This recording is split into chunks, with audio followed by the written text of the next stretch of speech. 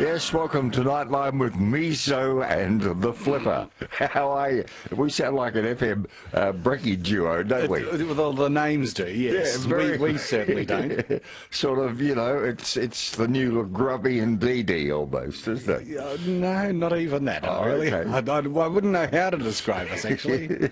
No, we are indescribable. Probably Steptoe and Son's the closest, isn't it? I'll have a think about it. Now, we have to congratulate Tony Jones, who today celebrates 30 years at Channel 9. Oh, good on you, TJ. A big fuss made about him on the 9 News Tonight, Peter Hitchener and Lavinia, and he's such a nice guy, and so best wishes from all of us at 3AW, Tony. I was delayed getting in, so I didn't get to see the footage. Did they have old shots of him as a young journo? Yes, from the very start. Did he have big hair or anything embarrassing and a wide tie? No, very long hair, you know, and we had wide ties, you know how we looked 30 years ago. And then he went through a larger period before he lost all that weight recently as well. That's right, yes. So, TJ, all the best from us. Good I on think you. they call him Choppers or something, do they, behind his back? Chomper. I think it's Chomper or something. I don't know why. They presented him with a Chomper bar. Oh, okay. But it leads me to tonight's Talkback topic, and this is always very hard-hitting, and,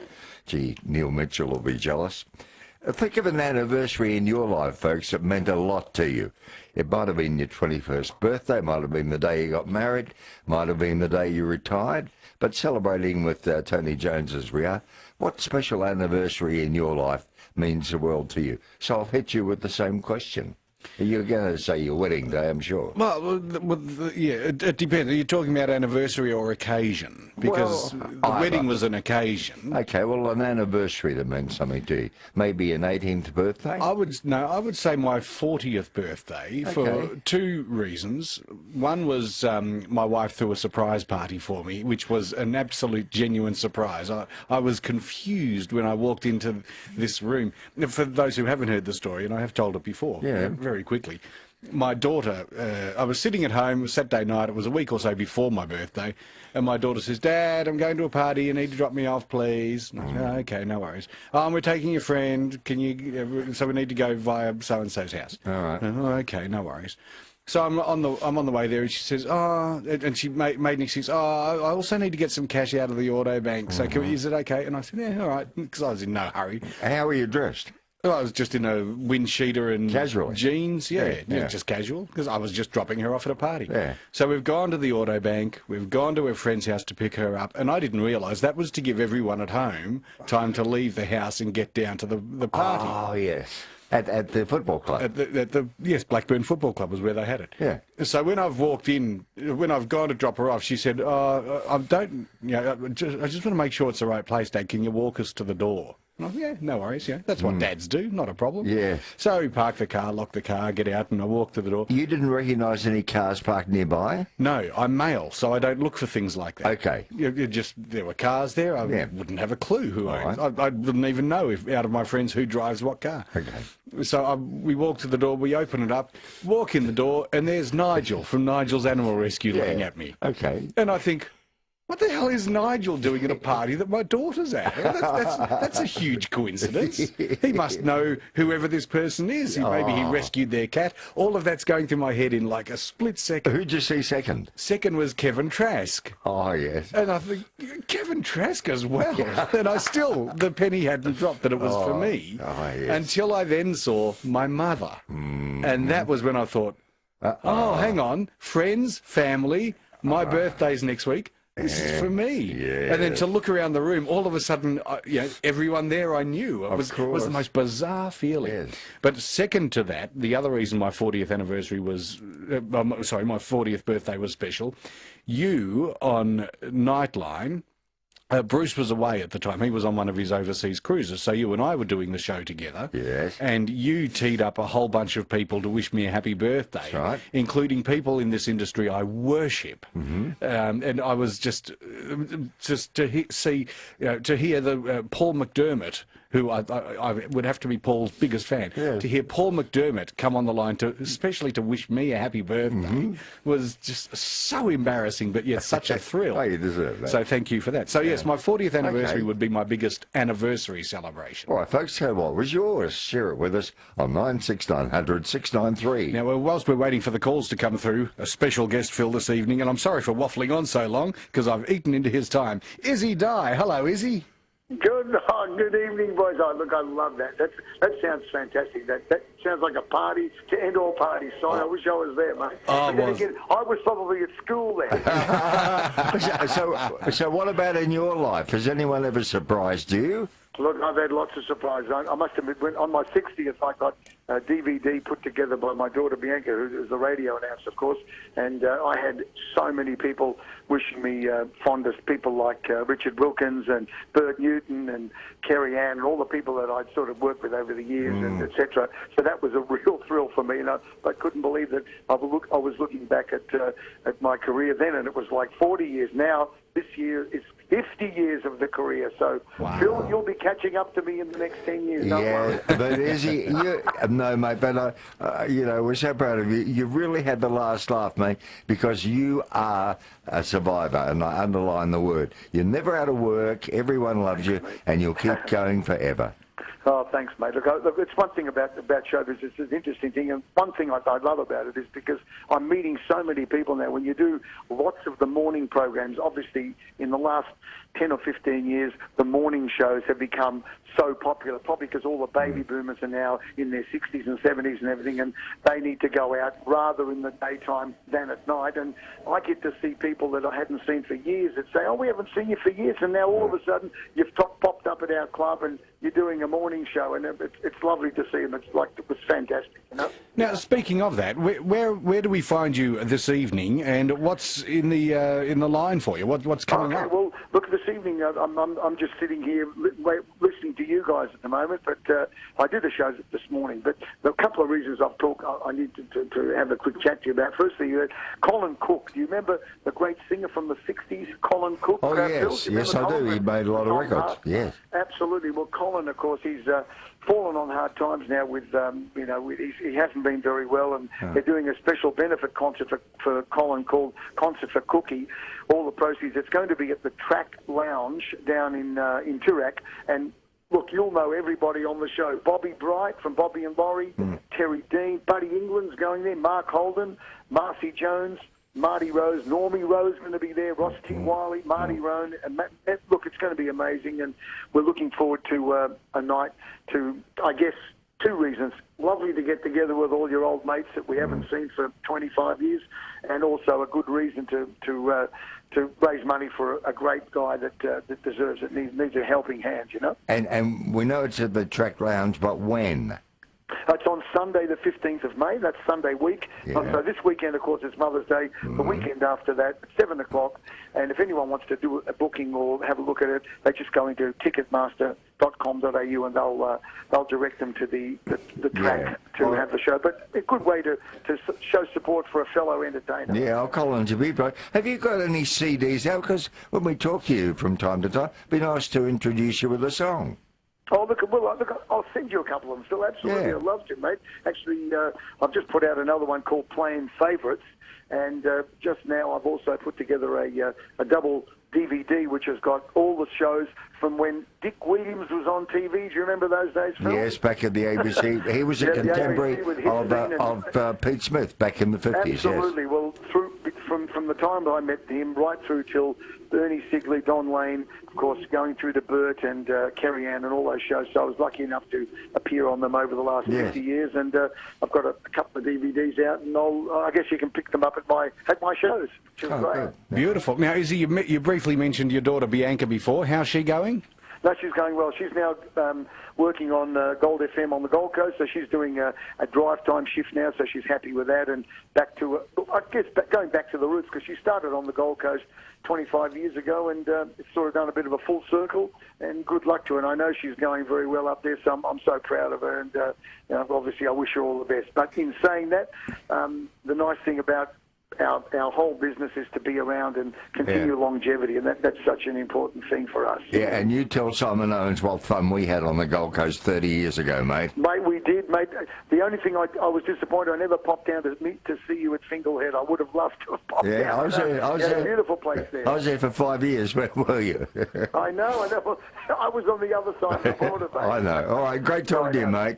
No, that's good talk. If anyone wants to say hi to us next week for any of our morning shows, we'd love to see them at the Maroondah Sports Club on Wednesday, and on Thursday we're over at Morwell at the Morwell Club. So good luck to you guys. Thanks for having me on, and look forward to seeing you at another show. Excellent. And just before we let you go, Izzy, just one more thing I need to check. We're not up at early hours of the morning. Are you on with Luke Boner still on a Friday morning? Absolutely, still on with Luke, and I have had so many people. You have got no idea. At the morning shows, I'm getting so many people that say that they hear Luke's program overnight, which is a wonderful thing. But I know that he has a lot of fans, and look, it's great for us to do that. We just tell people what's going on around Melbourne on the show. So it's great to be with Luke overnight. And do me one favour, please ask Buddy England to sing at Cookie's benefit, "Walk Away, Renee." Will you do that for me? Absolutely, and he's still singing as good as ever, mate. So I know. We'll look forward to it. Look forward to that. Beautiful. Good to talk to you as always, Izzy. See you, boys. Thanks, Si. Thanks, Phil. That is Issy Dye. After the break, your calls. We've got a few there on the board, so stand by and we'll be with you very shortly. 1:10 on 3AW. Rob, the Malvern tram driver. G'day, Rob.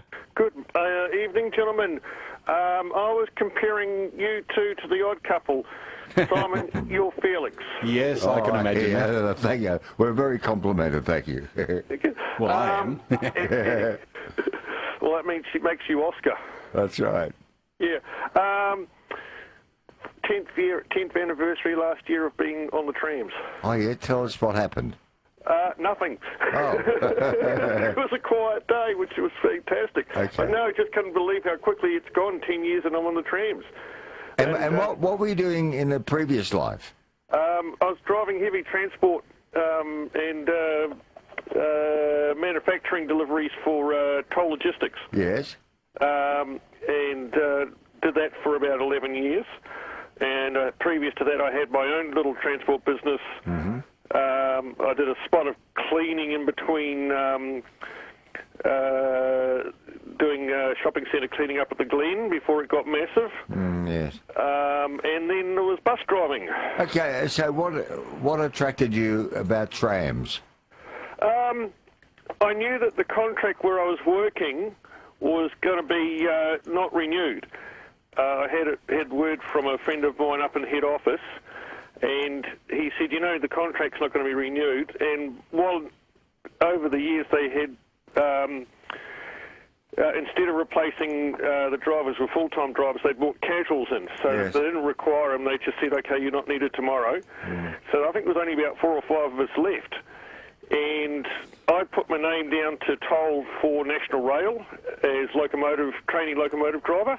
And he said, I see you're going. He said, have you put anything else in? I said, well, I was going to go for Metro and the trams. He said, well, do so. And he said, just let us know and I'll make sure you're taken care of. Mm-hmm. I think you made a good move, Rob. Yeah, well, my brother, it influenced my brother because he's a professor of horticulture in New Zealand. And he was in charge of the Westpac Stadium in Wellington as the chief groundsman. And he was getting a bit sick of the way he was being treated. And he decided, he put in for the New Zealand or Kiwi Rail as a trainee signalman. Yeah. And now he's right next door to the Westpac Stadium as in Signal Box 1 in Wellington. Is it too late for me to become a train driver? No. Oh, really? Long as you can pass the physical fitness, get through the English and the maths, and you're pretty clued up, so you should be able to do that. But there's no age limit. There's no age limit as long as you can pass the physical each year to keep on the road. And we have people, when I was joined up, there was another chap called Ray. He was 58 years of age. Yeah. And he got in. He's still doing it. All right. Oh, that's all right. Well, good on you. The other thing, too, I've got to talk to you about. Oh, quickly, because we've got a board for you. Yeah. My brother messaged me this morning. He was going to go up and see my mum at the retirement home in Wellington. Yeah. They had the system that we copped over the weekend, plus one from Queensland. 8:30 this morning. In 2 hours, they had 70 mil of rain. Oh, boy, that's a flood. Yeah, and it didn't finish the bait till about 6 o'clock this evening. Oh, gee. Nasty. All right, good on you, Rob. Thanks for that. We've got to keep moving. You'd be getting out the canoe and the paddles, wouldn't you? You certainly would. Joe at Hoppers Crossing. G'day, Joe. Hi, how you going? Hello again, Joe. I've got a fantastic story. Yes. When I was 40, which is 13 years ago now, I was given a surprise so huge. Well, put this on my way to work one morning, and a whole lot of timber, a man in a truck with a whole lot of timber, said, is this the so-and-so address? I said, yeah. He said, I've just got this timber to drop off. I said, no, he must have the wrong address. That's not for here. But is this the address? I said, yeah, but I'm going to assure you it's not for me. Anyway, and I never thought anything about it. I went off to work and went that night to my sister's place for the weekend. When I came back on Sunday afternoon, a whole pergola was built. Oh, how wonderful. Wow. Oh. I know. I had no idea that. My sister said, can you babysit the twins for me over in Bentley? And I was in Hoppers Crossing. I'm thinking, what does she want me to babysit? I said, yeah, I'll do that. No worries. Well, I came back, and then my other sister said, since you're over this way, you may as well stay. I said, oh, all right, okay. Yeah. So, and then coming home on the Sunday, everything was all, I have to get some milk, I have to do this, I have to do that. And I got home, I walked in the front door. I said to my husband, why is it dark in here? And I was meant to go to the sliding door and open the curtain and see it, but I said to him, I opened the curtain and turned around and looked at him, so I still didn't see it. And then I looked, then he said, turn around and say hello to the dog. So I turned around and said hello to the dog, and all these people were out there, and the pergola was built. Oh, how lovely That is for fabulous. you. What a ripper. I know. It was unbelievable. It was the best thing, and best pergola in the world. Good. I just love. Oh, yeah, Good I'm on sure you, Joe. you What a deserve that. Great story. Thank you, Joe. Yes. Phyllis at South Yarra. Hello, Phyllis. Hello. Hello, Phyllis. How are you? Good, thank you. Yes. I rang last week and I couldn't get there. Yeah, oh, yes, we wondered what happened. We didn't hear from you there. Yeah, you're busy. Yes, it happens sometimes. You're on But tonight. We've got you now. Yeah, that's good though. Dances, Yes. Brunswick Town Hall this coming Tuesday. That's a good dance and a good band, the Hat Band. Yes. And Williamstown, Senior Citizens Hall in Ferguson Street and Melbourne Road corner. That's a good dance and a great music. Lovely. And also RSL on Tuesday afternoon. I help there. Man. And Which RSL? Bevan, Which one? at the RSL Hall in High Street, Prahran. I'm Oh, praying. yeah, Lovely. Okay. Yes. And my Cheerios. Yes. Carl and John of Lilydale. Yes. Charlie and Nancy Faulkner. Yes. John from Faulkner. Pat from Northcote. Sue from Mill Park. Peter from Wangaratta. Pat and his wife and also his staff at Wangaratta. Ray at Chadstone and Brian at Fairfield. I appreciate it. I did go to the service that Friday and I thoroughly enjoyed it. Yes, we're so glad we knew you were there, and we're very honoured that you came, Phyllis. Yes, I was very pleased, yes. Yes, I was told you were there. Thank you for being there. No, I enjoyed it and I enjoyed what you said, Phil. Yeah. Oh, thanks so much, Phil. We'll talk to you next Thursday, won't we? Oh, yes, Okay. yes. Good on you, Phyllis. Take care. Thanks a lot. Bye. Kyra's in Gippsland. Hello, Kyra. Hello, Phil. Hello, Kyra. Hi, man. I'm Phil. What's up, Kyra? What's going on? Kyra? I don't know if we're having some phone trouble, Kyra. Are you okay? No, I'm all right. I'm all right. Phil, Yes. today,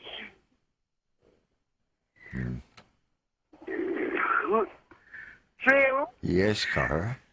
remember Bruce Yeah. today? Sorry, man. Yeah.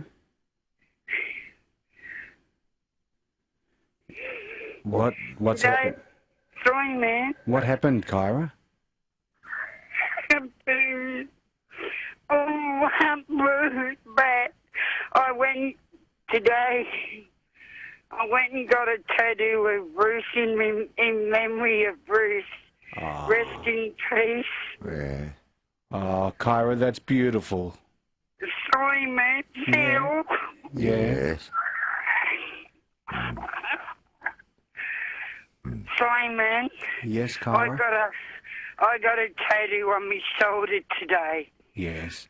It doesn't matter, $85, $100. I got it today and took it, and they'd done a little picture of Bruce and Phil. Well, Of Bruce, yes. yeah, well, there's one of Phil and Bruce together, but I cut it in half. Not that way, not being rude, Phil. Yeah, Of course. But I got him to put one of Bruce on my shoulder in memory, rest in peace, you know, when he passed away. Oh, that's so special. And you know something? Jill Mansfield listens every night, and she'll be very touched by that. And Phil, you remember that little piece of paper you sent me? Yes. Something, if it's somebody that comes or it's not your friend. Mm-hmm. Yeah, yeah. I know you're very emotional tonight, but Yes. we appreciate your sentiments, Kyra. We'll let you go, Kyra, because clearly you're emotional. But that's just a beautiful tribute. Bruce would be so happy to know that you'd gone to that effort just for him. He would be so humbled by that. Not only the effort, but the pain of it as well. That's having true. a tattoo. Exactly. Good on you, Kyra. That's- We're proud of you. Concerned. 24 to 11 on 3AW. Cameron's at Berwick. Hello, Cameron. Simon and Philip here. That's just brought back some memories. You know, just when Kyra was on, and I couldn't understand her at first for about the first minute, but then you could understand her a bit later on. Yes. And I just brought tears to my eyes. I'm thinking of Bruce. He could have had another 10 years. And I've just, you know, wish I would have met him at least another time. I've only met him once or twice. Yes. Wish I'd gone on that trip to America with him. You know, had those memories as well. It would have been nice instead of wasting my money on all those trips to New Zealand. You know. Oh, no, don't have any regrets. Bruce was very fond of you, and at least our paths crossed on occasions. Well, that's good. And you know, I'd lost both my adopted parents just a few years ago. Yes. One year after another, and then I had no one to sort of turn to, and I only sort of had you guys. And sort of been depressed, you know. Yeah, well, let me assure you, Bruce, always look forward to your calls, Cameron. I hope so, anyway. I can tell you. I'm trying to be happy. But That's right. And you still get... get those memories, and they come back and they tug at you, don't Yes, they certainly do. And you still get to hear his voice.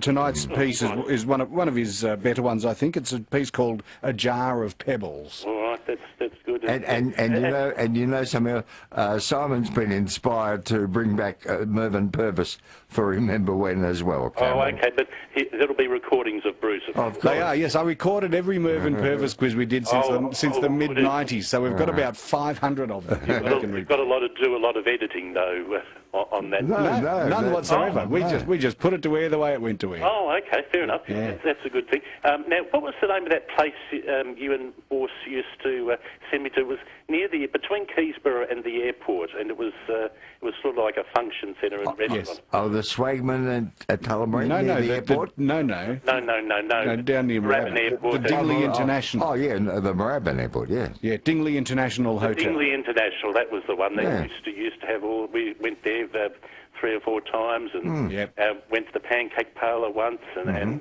the Cuckoo, which was very enjoyable, the Cuckoo restaurant. Yeah. And then we had the trip to Creswick, and of course the other thing. Well, I'm just trying to think what the other thing was. Well, we had our street parties every year, but and Cameron, no one can take your memories away from you. Exactly. Lovely, fond memories there, Cameron. Good on you. Margaret's at West Heidelberg. Hello, Marg. Hello, Simon and Phil. Yes, How are Margaret. you? G'day. I've got 2 science research discovery matters to talk about. Please, yes. Yes, of chromium poisoning from chromium hip replacements. Remove the chromium hip replacement, but the poison remains in the blood. Oh, yes. Remove all the blood from human body, as in cardiac operations, similar to dialysis, and chromium is slightly magnetic. Put all the blood through a series of magnets that will remove all the chromium. It also removes iron and minerals that are magnetic. Well, that's handy. Add a supplement of iron and minerals to the blood after cleansing to replace that removed by magnets. And also, I suggest that magnetic minerals existing in the human body could have something to do with cancer from causing clumpings of matter in the human body and blockages from that. Yeah. Well, it's something to be concerned about, especially regarding the hip replacement, which I had one 2 years ago, you know, and I'm sure I have a chromium hip now. Oh, well, there's been a class action in America. It was worth so many millions and millions of dollars. But they say if it comes in Australia, class action, it's only worth about $5,000 each person. But my main concern is the poisoning in the body from the chromium. Oh, that's very reassuring. Thank you. Good on you, Mark. Yes, always interesting calls. Love your scientific research. Keep it coming. Karen's in Sunshine. Hello, Karen. Hi, Phil. Yes, Karen. G'day. Yeah, I listened to Bill Shorten's speech today. I thought he was very good. All right. Very convincing. And he's a good speaker. Oh, I couldn't believe it. I think I'll vote for him. All right. Was there anything in his budget reply that was worth highlighting? Well, a few things. But I don't know. I just like the way he came across, and I thought he was really good. Are you easily swayed? Are you by a good speech? Yeah. Oh, well, why not? So it doesn't need to have substance. It's just got to be a good talker. I thought he was good. What's I going to say? What was the other thing I was going to talk about? You know that couple that used to ring in and she used to ring a bell every time before she spoke? Oh, yes, Belinda and Peter from Mount Martha. I haven't heard from them for ages. No, I keep in touch with them by mail from time to time. Okay. Belinda had a little bit of a setback and she chooses not to ring us anymore, but I know they still listen. Also, there's going to be a meteor shower between 3 and 5 in the morning. Oh. But it's a couple every year. Another one in November. But this one's going to be particularly good because it's the moon's low on the horizon. So if you're an early riser between 3 and 5 in the morning, you'll see a spectacular meteor shower. I'll still be up then. Simon, would you like to join me at the Great Divide? I'd love to, but I've got other things to do. I'm sorry. I'm very busy at that time of the morning. Well, thank you for the meteor alert, Karen. Quarter to 11 on 3AW, and Michelle Ainsworth is at the Herald Sun news desk. How are you doing there, Michelle? I'm well, thank you. That's great news. Now, what will we find when we pick up the Herald Sun tomorrow morning? So tomorrow morning you will find the details of Damien Oliver, Australia's best jockey, and his $60,000 hangover. So that is the amount of money he will likely miss out on because he has been refused access to the riding track for 29 days due to being blowing over the limits before riding this morning in the Warrnambool Cup. It's a little... I know that there's laws and I know that there's rules and regulations and things, but he was out the night before having a drink, as I understand it. It's not like he got up and had a bottle of scotch for breakfast. I tend to think it's a little harsh, but that's just me. Oh, I think it's akin to driving a car. If you're over the limit, even if it was last night's remainders, that's what you've got to deal with. Yes, that is true. But given what's the limit on the racetrack? 0.02. Yeah, 0.02, and he blew 0.038. So if he was driving a motor car, he would have been fine, and that's got a lot more chance of killing someone than riding a horse. So, yeah, I still think it's harsh, but that's just me. Yes, well, he'll be paying for it now. Yeah. And we've got an interesting one here. So a Melbourne pub threatened to charge its patrons $4.50 to go to the toilet because they were sick of people coming in off the street to use their loos. That's outrageous. So they didn't end up actually having to charge anybody, but the threat worked well enough. But yeah, so there you go. Don't just feel like you can duck into the local pub. And one more story, please. Oh, now I find this one very, very unflattering, I would say, if you look at the photos, that's for sure. But we have here some men who have decided to use belly button yeast to make beer. Oh, okay. So could you imagine having a pale ale from the belly button? No. The first thing that springs to mind is you're not going to get much beer. Yeah, I'm not even sure how it is that they've come up with enough, but they say they have. So you can have a look at it. It's called belly button beer. No, thanks. Okay. I'll yeast is yeast and west is west, but hold the beer. Thanks. Don't quote him on that, Michelle. And there has to be one every night. And, of course, you've got the car lift out tomorrow, the car guide. Yes, we do. Cars Guide tomorrow. Excellent. Thanks, Michelle. Much appreciated, as always. Michelle Ainsworth from the Herald Sun. Lucy's in Malvern. G'day, Lucy. No, I'm not in Malvern. I'm in Melbourne. Oh, sorry. That's all right. I've got a cold. I'm sorry. That's okay. I'm in the cloud, actually. I just want to thank you to you two, Phil and Simon. How lovely, and you're just beautiful with people. You're just so nice, and you make me smile listening to you. You two are just absolutely wonderful. Well, thank you. I think it helps that we've been best mates for 20 years, so we sort of know each other, you know? Yeah. Well, in my mind, we have been, even if you disagree. And Bruce, of course, was just as lovely. Yeah, thanks, Lucy. Yes, but the show must go on.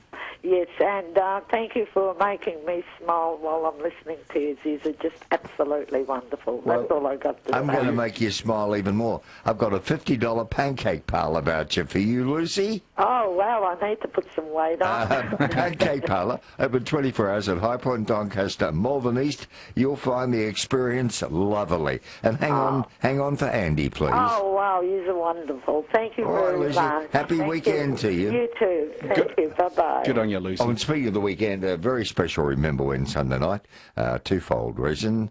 Mother's Day, of course, and Logie night. Yes. And you'll get the best of the Logies on 3AW. I don't really think it's a television event. I think it's something you listen to, and in your mind you sort of paint pictures of who's up on stage what the Logies look like. I completely and utterly agree. The TV Week televised television awards, very much a radio event. Hey, Simon, here's a mate of ours, Bob at Coolaroo. G'day, Bob. Good evening, gentlemen. How are we? Oh, good to hear from you, Bob. How's Bob? Good. So, Philip, are you going off to have a look at this meteor shower, are you? Well, it's 3 o'clock's normally the time I'm thinking about going to bed. But I think where I live in Kew, I think it's too bright there with the city lights. I might have to leave town, head up over Pretty Sally, perhaps. Oh, that'd be nice up there. I used to have a place at a little town called Heathcote. And that would be nice up there because you've got no lights around you at all. That's right. And the best place to see, a comet or meteor strike, hopefully. Can I give a bunch of flowers out to the people at the pancake parlour, please? I won a prize off you guys a little while ago and haven't had a chance to use it until today. Yes. Took somebody out there and we had a good feed and it was nice, clean, service was great. And, people are looking for somewhere to go. It's a good place to eat. Yeah, and of course, as I say, 24 hours a day at a High Point and Malvern East and Doncaster. Good value. Thanks, Bob. Anything else? No, that'll do. Have a good evening, boys. Okay. Good on you, Bob. Take care. Chris at Hastings. G'day, Chris. Hi, Simon, Phil. Yes, mate. The couple of horses were killed at the Warrnambool races in the carnival there. Yeah, they're both, two have died this week. Tragic. Yeah, they got to do something about that, don't you reckon? Yeah. And betting on Richmond to beat the Hawks tomorrow night. We'll soon know. Yeah, and what else? And now what's happening to the Stony Point line? Do they plan to electrify it? I don't know what they'll do, Phil. I believe they're going to spend money on it. Sorry, I didn't realise. When did you become Minister for Transport, Chris? I wasn't aware of this. I'm minister for Manchester City, but not Manchester United. Okay, and maybe we'll hear from you Sunday night with Paul Harris, as we normally do, all right? What's the subject, Phil? Oh, well, you know, That's mother... a good question. Screen mothers. Yeah, mothers, isn't it? I just watched a marvellous mother show, Woman of Gold with Helen Mirren. Oh, what a good movie that is. Yeah, tell them all about it, Phil. See you, mate. Oh, yes, it was excellent, Chris. yes. This woman who went back to Vienna to reclaim a lost art treasure that was a painting of her sister and had been confiscated by the Nazis. During the war, yeah. And she went back after the war to Vienna and to try and claim it back as her own. There was another film similar to that called The Monuments Men. Yes, I saw that too with George Clooney. Yes, wasn't that good a movie? I had a lot of hopes for that movie, thinking it would be great. But it was badly directed. There was no suspense in it, was there? No, it was. It fell very flat. I agree. Yeah, it was a good idea, but it just didn't quite work. But Woman in Gold, I highly recommend with Helen Mirren. Now, very quickly, email from Joelle Jones, who says, "Hi 3AW, just to call out to your listeners, tonight between 6:30 and 8:30, my Toyota Hi-Ace van was stolen from Dingley. The rego on the van is OGI 476. It's white and has a high roof. So if you happen to be following a white Toyota Hi-Ace van with the rego number OGI 476, so calling all cabbies and Uber drivers out there, if you happen to see that, please call the Cheltenham Police Station. That would be much appreciated. Yeah, anyone who would steal your car, and I hope they're listening, you are vermin. Scum, in fact. Roger's at Caulfield. G'day, Roger. Yes, good evening, gentlemen. How are you? Yeah, hi, good, Roger. Yes, just 3 points, if I may. Sure. The first one is, who sings the song before the football on 3AW on Saturday and Sunday? It's called Something About Our Game. Yes. Recorded by a group who do jingles, basically. They're not sort of, they don't do top 20 hits, called Quad. Yes, they're very good. I like that song. Yeah. It inspires me. Yes. They also do our Talking Melbourne packages and have done for about 20 years now, yeah. They're very good. Could they play that at the grand final and cut out the 3AW? Like, could they do an extended version, do you think? It wouldn't be a bad idea, would it? Because it's a very good song. Oh, it's brilliant. It was our theme through the 90s. Then we dropped it for a while and we sort of lost it a bit, and then we decided to go back to it because it was just nothing better. No, it's a very good song. Anyway, I'll progress, if I may. Yeah, we only have a minute. Go ahead. Yes, all right. Well, don't get touchy. No, he was just letting you know, because we've got a minute before news. When is Rex Hunt coming back to 3AW to do proper football, please? That would also be a dream of mine. Rex has said that he wouldn't come back to football calling on AW. He should, because he's the best caller in the world. Agreed, yes, love him. Yeah, and thirdly, a scientific fact for you, if I may. Yeah, yeah. Do you think there'd be more water in the ocean if there was less sea sponges? Oh, that's a very good night, gentlemen. That's a good one. I'm going to think about that during the news. Much appreciated. Thank you. Chris Godfred is at the Bureau. Hi, Chris. How are you? Yes, good evening, gentlemen. How are you both? Oh, it's a bit nippy tonight, isn't it? Oh, look, I don't think it's working out too badly. I think the fact that the northerly winds are still relatively fresh might make it feel a little bit cold indoors, but it's still 17.6 outside at our city side. Oh, that's fairly mild, is it? Yeah, so certainly in relation to this time of year, we're not doing too badly. So that's just come off our maximum today of 20.5, which is at about 4:30, and it was a fairly breezy day, in fact. Particularly around lunchtime, the northerlies freshened up quite a bit. I've just been down Collins Street and there's a bit of a wind whooping up the canyon, you know. Oh, yeah, well, that's certainly, yeah, the tall buildings can certainly funnel the wind, and it's the same where we are in Docklands as well. You're moving soon, aren't you? Yes, I think in about a month we're actually going to be moved back into the head office in Collins Street. So we've had our little warren in Docklands at the end of Latrobe Street for the past few years. Oh, we'll be neighbours again, won't we? Very much so. Well, we'll have to catch up for lunch sometime. You'll have to come over to do the weather live occasionally for us, all right? Oh, very much so. Very much so. Well, what's ahead now? Well, we basically have at least another day or two of dry weather and fairly nice conditions and quite mild as well. We're expecting a maximum of 23 tomorrow after a minimum of 15. Now, we do have a cold front moving across the state tomorrow morning, but it is weakening, so it's mainly going to slide south of Melbourne. There's maybe just a slight chance of a brief shower in the outer southeast suburbs during the day, but the city forecast is for dry conditions, and that's certainly true if you're in the northern part of Melbourne as well. Okay, take us through the weekend and Mother's Day, please. All right, well, the northerly winds will moderate tomorrow and become light, and then as we start to move into the weekend, they basically swing around and become north to northeasterly again fairly quickly. So Saturday's going to be quite mild once more, a maximum of 24 after a minimum of 13.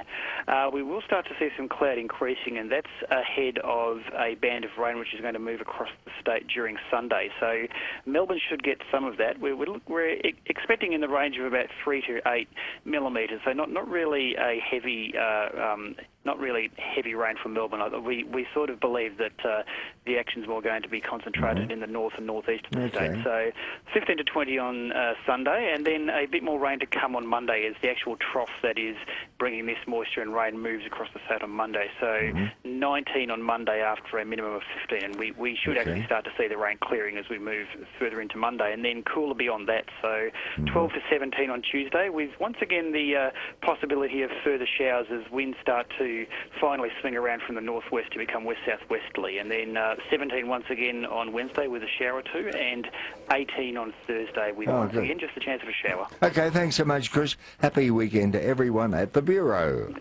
Good on you, Chris. Much appreciated. Now, I wonder if you've got the ratings there for me, Simon, from Wednesday night. I'd love to know what was number one. Okay, well, let's start from 10 and work backwards. Yeah. Number 10 was 7:30 for the ABC. Yeah. Number 9 was House Rules for the 7 Network.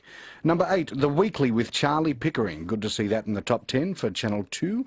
A Current Affair was number 7. ABC News number 6. 7 News first half hour was number 5. 7 News second half hour was number 4. Second half hour of 9 News was number 3. MasterChef was number 2, and number 1 is National 9 News with Peter Hitch, you know. The first half hour. That's correct. Okay, right. Now what happens? Oh, I know. We go to John Doremus. Oh yes, it's time for the Passing Parade.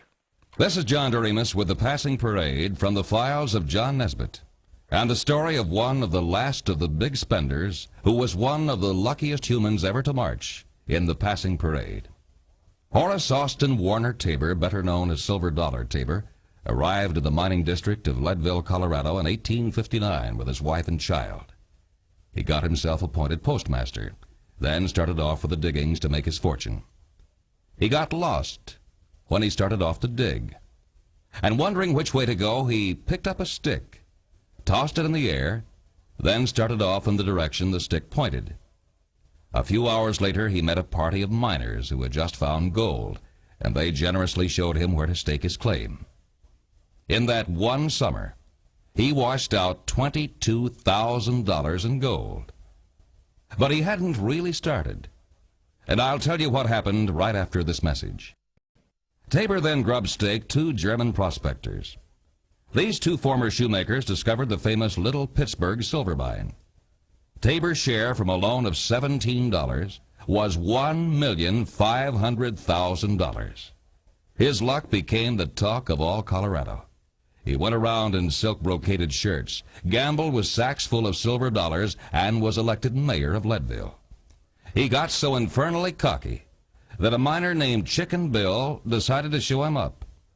To frame Tabor, Bill stole a load of ore from Tabor's own mine, sprinkled it all around his own mining claim, then invited Silver Dollar down to see his property.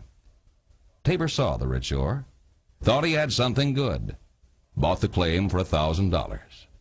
Next day, all Leadville laughed at the mayor for getting hooked on a salted mine. Silver Dollar just grinned. Had some miners dig down to recover some of the ore that had been stolen from him. They dug down 30 feet, and bam! Silver Dollar Tabor was richer by $9 million. Now Silver Dollar made a city out of Leadville, built a great opera house, hired grand opera stars to sing, set up his own cavalry to protect the town. One night, Gladys Robeson, a vaudeville actress, was playing in the opera house. Tabor threw a handful of silver dollars on the stage. Another miner threw 2 handfuls. Tabor threw 4. Then both men dashed out and brought back sacks of silver dollars. The actress picked up 5,000 of them before the curtain went down. But as every gambler knows, luck always changes. In the 1893 panic, the government stopped buying silver dollars. Tabor lost every cent and spent the last 6 years of his life exactly as he had started, as the village postmaster in Leadville, Colorado. He died just as the 20th century began, and Silver Dollar Tabor is remembered in American folklore as probably the luckiest human being who ever marched in the passing parade. Our time is up, and so until we meet again with another chapter in the passing parade, this is John Doremus. Goodbye for now. And talking of luck, what about Malcolm Stewart's story from London the other day about the bloke who invested £5 or whatever that Leicester would beat Manchester United in the World Soccer? And, you know, they were 1,000 to 1 early on the season, Leicester. They just didn't have a chance. Anyway, they came home, won the competition, and the guy collected, for £5 investment, £45,000. Isn't that fabulous? Sterling. Isn't that great? Sometimes it's worth putting it on the long shot, isn't it? Yes. Not very often, but when it does pay off, that's great. They had no chance of winning, and that's how he collected. Good on him. Fabulous. Farouk, hello, Farouk. Hello, Simon and Flipper. Oh, you Farouk again now. Oh, gentlemen, you know, I'm just so undecided. I figured in the interest of continuity, and just, I don't know, I guess I've been longing for the name when it comes to being referred to Farouk on Nightline. Yes. It's a tradition. Yeah, it does, and maybe it's just one of those things where it just carries forward. So, yes, maybe if we just go back to apologies to confusing the listener base and everything. But no, that's all right. They all still think of you as Farouk. yeah, I think so. So, I mean, you know, feel free to add the Farouk as Phil whenever you like. And I will. I'll take that liberty as long as Layla doesn't object. That's your mum, of course. That's okay. She thinks it's very sweet. Right. So yeah, I was thinking about it the other day, and I thought that would be probably right. But gentlemen, I thought I'd call through this evening, and before I play for you a quick snippet, I also want to thank Annie last week, who called through with some beautiful words. She had some lovely things to say about you gentlemen, which I echo in myself, and I was really grateful, Annie. I wish you all the best, and it really enlightened me what you had to say, so thank you so much. And gentlemen, on the note of mindfulness, can I just give you a few little things that was told to me, which might actually assist with your audience as well? Yeah, sure. Of course, yeah. I was told the other day by a special someone after a potential downfall about the importance of really taking control of your emotions and thought processes before they actually take control of you. And one little strategy that was suggested was, if you break down, you'll be confronted with situations on a daily basis. They will occur, and, you know, sometimes they're well beyond our control. And if you categorize it as 1, situation, 2, thoughts, 3, emotions, and 4, behaviour. And if you sort of observe the situation as it actually occurs, and you start looking at the situation and asking yourself, how is it I'm going to react, or is what I'm thinking or feeling going to be helpful? And that will sort of help you slow down emotionally before you sort of become so bogged down with all those emotions and that anxiety. Mm-hmm. And really look at trying to work in a way to benefit yourself, to help you emotionally before you start getting worked up by it. And I just wanted to extend that to the listener base. Okay. And I found that does often help, you know, and really looking at ways to help yourself emotionally. Because at the end of the day, you know, you'll be the one dealing with the tears. The others won't care. So you know, just for your own well-being. And you know what you'll discover in life, and I'm sure Simon has it at his age, in his 40s, every day we're at the crossroads, Farouk. Every day of our lives, all of us, doesn't matter who you are, what age you are, we've got to make decisions whether we turn left, whether we turn right, whether we go ahead, whether we go backwards. And that's all part of the learning process too. Exactly right, Phil. And you know, at the end of the day, sometimes you just have no choice but to be strong for your own self, because life's still going to keep going. And I mean, you know, we can all sort of sit down and be really deeply affected by reality, which is fine, because we all have to be in touch with our emotions. But I really sincerely hope, just for everyone's well-being, that they will be able to give themselves a chance and pick themselves up. Yes, and try and, in life, avoid the riffraff too. Try and surround yourself with loyal friends who care about you and who love you. Exactly. All right. And gentlemen, on that note, I've got for you something like old times, a snippet from a soundtrack, if you'd like to guess where it comes from. Yes, please. Love these. Oh.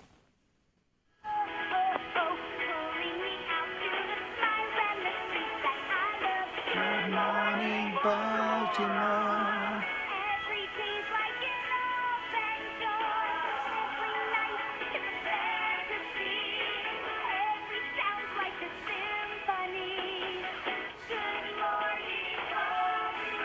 I bet you'll know that one, Simon. Certainly do. That's from Hairspray, the movie, from a couple of years ago. And that was actually lifted, I think, from the movie, not actually from the soundtrack. Am I right? Oh, yes. I believe you might. Well, your guess is good as mine. I'm not sure. There we are. Yes. It was a fun movie. It was. That was a great movie. One of the best soundtracks I've ever heard. Thanks, Farouk. Much appreciated, Freak. Thank you. Now, do yourself a good turn. You missed Peter Hitchener's news. There was a report tonight from Choice magazine that many of the brands of bottled water that we buy in the shop are purely tap water, which have been filtered. Yes. So, you know, a lot of people are awake up to this now. They're carrying their plastic bottle around and just refilling it from the tap. You shouldn't do that. Not good for you. What, to drink tap water? No, to reuse those plastic bottles. Tell me why. If they are left in the sun at any way, shape or form, a plasticky taste can go from the bottle into the water that you're drinking. Okay. I know that. I have a friend who's an Uber driver, and they carry water for all their passengers. It's one of the things Uber does. Yes. But if you leave it in your car and it's exposed in the sun, and you have a swig, the next day, it can taste very, very plasticky. All right. Well, so why you not? shouldn't recycle your water containers. Okay. Why not a glass bottle with a screw top? Well, that would make sense, yes. Yeah. That would be good, yes. Or, a bottle that... Did you know if you have an aerated drink, like a fizzy drink like lemonade, just put a teaspoon in the bottle and that saves it from going flat? Did you know that? I don't know if that's true. That might be an old wives' tale. We'll have to see if an old wife is listening. Well, Martha Gardner told me that. Well, if anyone would know, she will. After the break, we're going to have a look at a show which has opened tonight here in Melbourne called Little Shop of Horrors. We've got a reporter down there and we'll find out exactly how it went. That is a small grab from the Dentist song, which in the movie Little Shop of Horrors was played by Steve Martin. Oh, I would have loved that. And for me, that was the highlight of the movie. In fact, I can't remember anything else about Little Shop of Horrors other than that particular scene. All right. About somebody who has been to Little Shop of Horrors this evening, Phil, the opening night was tonight at the Comedy Theatre, was Kevin Trask from Trask's Time Tunnel. How are you, Kevin? I'm good, thanks, Simon. Hello, Phil. Yes, what do you think, Kevin? Oh, I love the show. I first saw it in the 1980s with Christopher Pate playing the lead, the son of Michael Pate. And it was at the Comedy, so it was interesting to be back in the theatre tonight for this opening night of Little Shop of Horrors. It started out as a 1960 film with Jack Nicholson, and then it was a stage production that was off-Broadway. It was never actually on Broadway, and that started in 1982. But of course, this production has all the bells and whistles, a great cast, amazing puppetry, and special tricks. I don't know if you know the story, or if you can remember the story, but it's about Seymour who works in a flower shop, and he introduces this special plant, and it grows bigger and bigger and bigger, but it feeds on blood, so it becomes rather dark as it goes along, and there's a lovely romantic interest between Seymour and Audrey.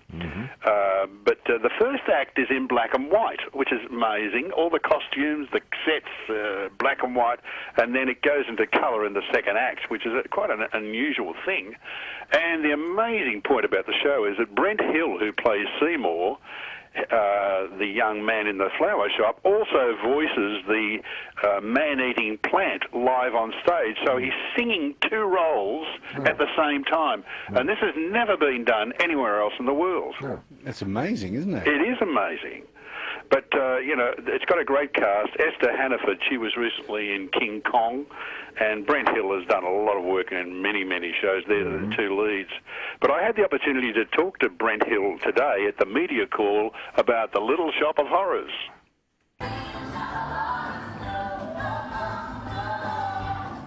Brent, you're playing both characters, the creature and Seymour in Little Shop of Horrors. That's a big sing for you. Yeah, it's huge. Yeah, it is. It's double role. But I don't know, we make it work. I eat a lot of ginger. That really helps. Yeah, it does. And a lot of water, yeah, because I sweat a lot, jumping around and backflipping all over the stage. So, yeah. But, you know, we've made it work, and it's just about building up show endurance. You've done some big shows in your time. A funny thing happened on the way to the Forum across the road. That must have been a great experience too. Yeah. Gosh, that was, what a time. Jeffrey Rush and Magnus Zubanski and Shane Warne and, yeah, a whole bunch of people and running around a stage in a toga made of Hessian. Yeah, it was fantastic. It was amazing watching Jeffrey that close because he is such a battle axe, you know. He goes at it every night, he attacks it. And that was, yeah, it's quite an honour to see that close up. Tell us about the audition process for Little Shop of Horrors. Did you actually audition?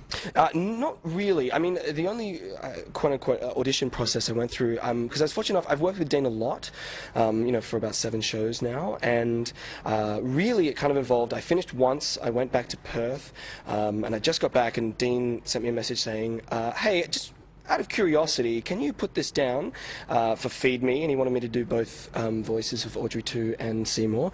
And I did. I just filmed it. I played along to it and put it down and then sent it to him, obviously thinking, well, something's going on.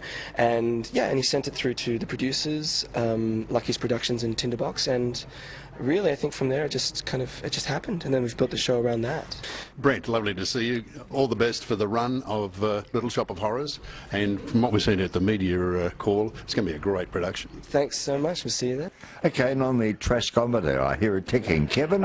The old Traskometer is giving Little Shop of Horrors an 8 out of 10. Well, that's high praise. Well, it is. It's a pretty good show, I've got to say that. And it was a standing ovation at the end of the night. And they're only in there for a 3-week season. And Simon, you mentioned the dentist at the top of this little interview. Yes. But Scott Johnson plays it. Now, he was in Jersey Boys, Phil. Remember we met him? He's the son of Kevin Johnson. Yes, I do. Rock and roll, you gave me all the good years of my life. And he's terrific as the dentist in the show. Right. And Jeffrey Rush was there to support Brent tonight. Oh, how good is that? Wife Jane. Was there a party afterwards? Well, I wasn't invited to a party, but there could have been a bit of a drink here and there. You know. But, who was in the audience that I'd know? Steve Vizard was there, John Michael Howson, Jane Bunn, the weather girl from Channel 7, Eddie Perfect. Oh, it was a big celebrity audience. There were so many people there. It was just amazing. A great opening night at the Comedy Theatre. All right. That sounds very impressive. Thanks, Kevin. Good night, Phil. Good night, Simon. Good on you, Kevin. Kevin Trask and Trask's Time Tunnel will be back on Sunday night at 9 o'clock. Calls ahead. Robert, John, Carolyn, Jeff, Enid, Alan, all hang on there because we'll take a break and be straight to you. It's beautiful. Robert's at Craigieburn. G'day, Robert. Hi, Simon and Phil. How are you doing, Robert? Good, thanks. This year we're having Mother's Day at Susie's mum's. Yeah. She lives in Fitzroy. All right. And, and can you believe, Phil and Simon, our mum's been gone 5 years. 5 years already? Yeah. Wow. Yeah.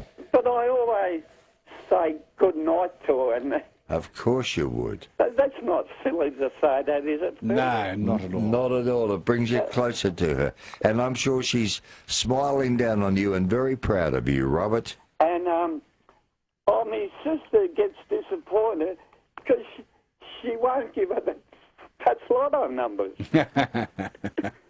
Yes, I find that deceased people can be bad that way. They never give us that info from the other side that we want so much. But I'm starting to feel a lot better, Phil and Simon. Yeah, you sound good tonight. Yeah, and I always say good night to Bruce.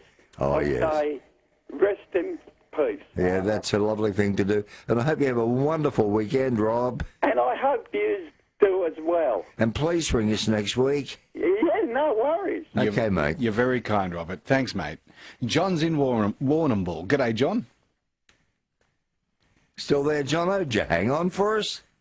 No, either that or he's just not got much to say. Let's try, before we break, Carolyn from Carrum Downs. How you doing there, Carolyn? Good evening. Thanks for taking my call. That's all right. Of course. No, I'm not ringing up to complain, but this morning I tried to ring Neil Mitchell to get on to Robert Doyle. Yeah. Because the other day, I work in the community, I do nursing, and I look after some disability children. Now, the other day I took a disability child to the dog show. You know, I like to take them to different places. Yes. But she's in this wheelchair. So when I got to the exhibition building, I'm in the tram. In the city, they've got platforms, so you can push the chairs into the tram. But when I got to the exhibition buildings, I couldn't get off the tram because there wasn't no platforms. And I thought, oh, gee, I couldn't, because it was I couldn't just get the wheelchair off the platform. Yes. And I thought, oh, you know, and I tried to ring, and because they're long trams now, and I couldn't, and there was no answer. And then the tram driver shut the door, and I went to the next tram station, and the same thing happened again. Mm-hmm. And I just wanted an awareness. And then I couldn't get off the tram again. But couldn't someone have helped you off? And then I went to the next. Then I went to the next tram stop, and it was right there, you know, in Nicholson Street. And I had to get. And I'm looking around. No, I'm looking around the carriage. There wasn't too many people on the tram, and there was this young boy on the tram. And I said, "Excuse me, do you think you could help me off?" You know, and they're quite heavy, the wheelchairs, you know, they're not thin. And I just wanted somewhere that there's awareness that, you know, especially the exhibition buildings, because they have a few good little, you know, the museum and, you know, you can take children there. So where you got off the tram must have been down near Johnson Street, Fitzroy. Yeah, I know, and I had to, we struggled to get the wheelchair off, you know. Oh. Yeah, so... Okay, well, they need a super tram stop outside the exhibition building. They certainly do. Thanks for the call, Carolyn. Thanks for bringing it up and raising awareness of it. Hopefully the Transport Minister or somebody is listening, or we'll get a media monitor report about this tomorrow. And Perhaps you got a tram back up Nicholson Street, be quite a heavy load pushing the wheelchair back up to the exhibition. Phil, you'll recall last night we took a call from Mitch of Mitcham, who was we were very suspicious of his call, worried that he was going to drop a magic word or something. It was wonderful. It was, yes.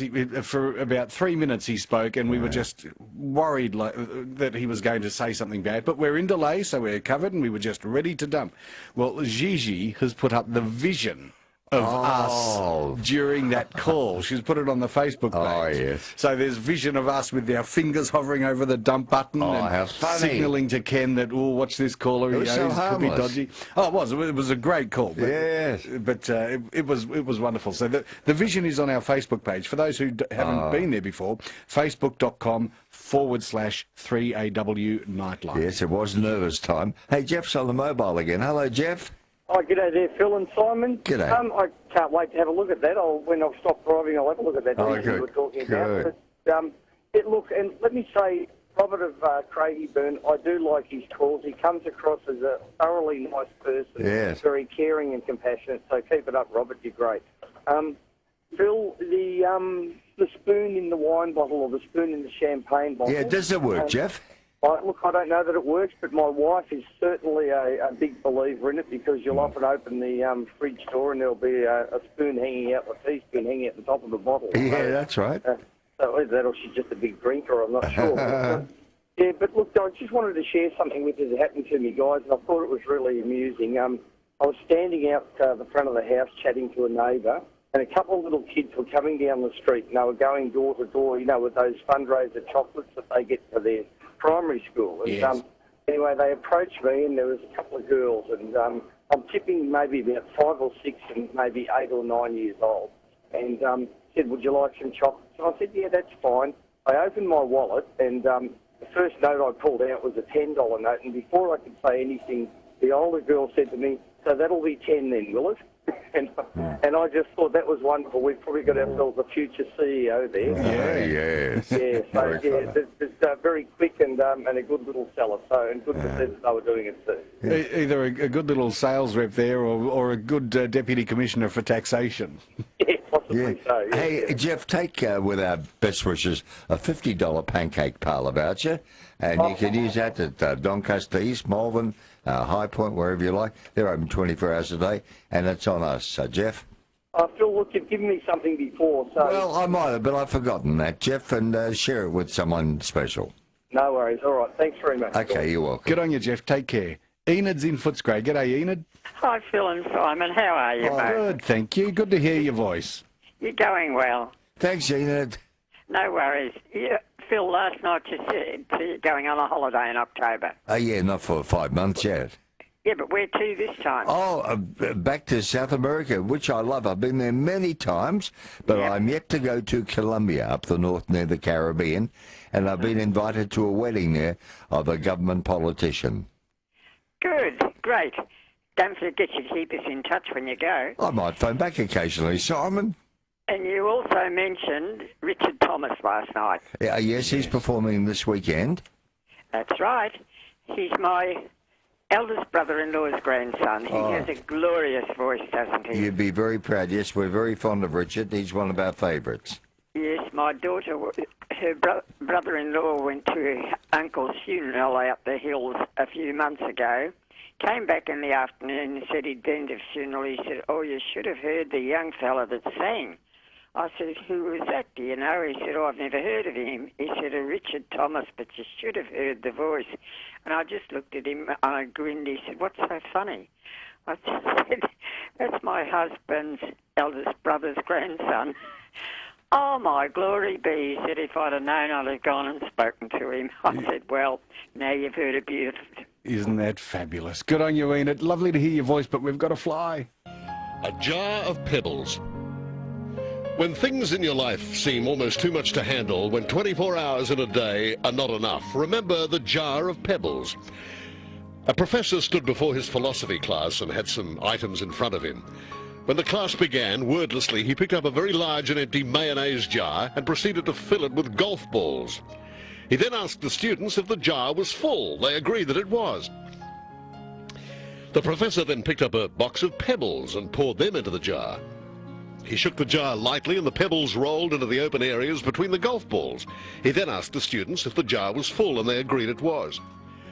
The professor picked up next a box of sand and poured that into the jar, and of course the sand filled up everything else.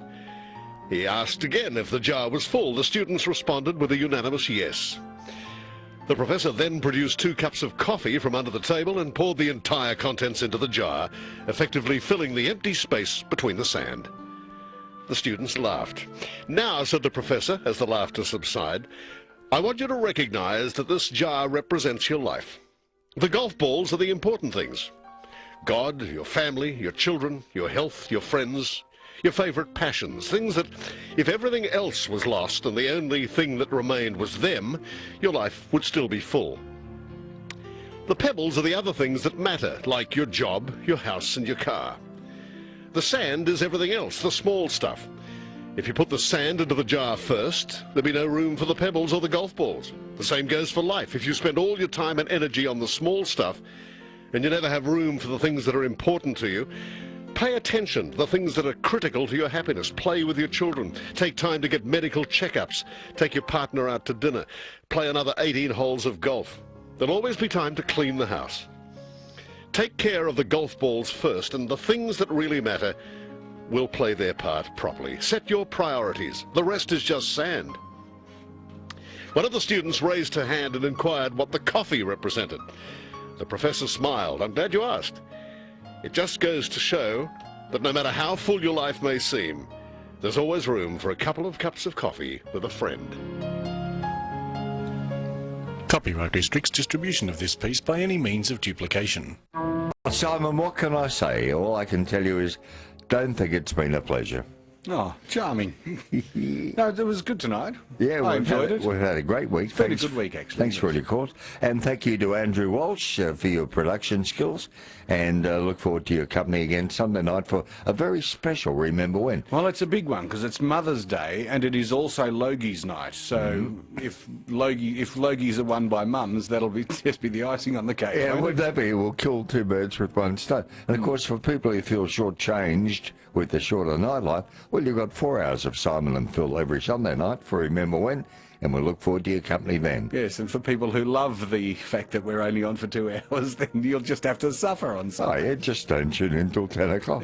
That's the solution. Or switch in on 8, you get Paul Harris, you get Kevin Trask at 9. Yeah. Then you can go have an early night. Yeah, go to bed and good riddance. All right, see you then, Simon. See you, Flipper. I'm off to Ocean Grove for the weekend. I'll report back on the weekend wrap Sunday night. And to the sick, the sad, the lonely, the grieving, you're often in our hearts, but always in our prayers.